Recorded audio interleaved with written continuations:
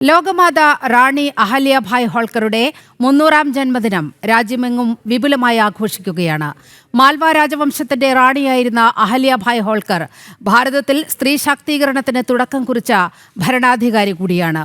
ഔറംഗസേബ് തച്ചുടച്ച കാശി വിശ്വനാഥ ക്ഷേത്രം മാറ്റിസ്ഥാപിച്ചത് റാണി അഹല്യാഭായ് ആയിരുന്നു. അയോധ്യ ശ്രീരാമക്ഷേത്രം, മധുരയിലെ ശ്രീകൃഷ്ണ ക്ഷേത്രം തുടങ്ങിയവ വീണ്ടെടുക്കാൻ റാണി നടത്തിയ പരിശ്രമങ്ങൾ ഹൈന്ദവ സമൂഹത്തിന്റെ ശാക്തീകരണം ലക്ഷ്യം വെച്ചായിരുന്നു. 1725-ൽ മഹാരാഷ്ട്രയിലെ ബീഡ് ജില്ലയിലെ ചോഡി ഗ്രാമത്തിലാണ് അഹല്യാഭായ് ജനിച്ചത്.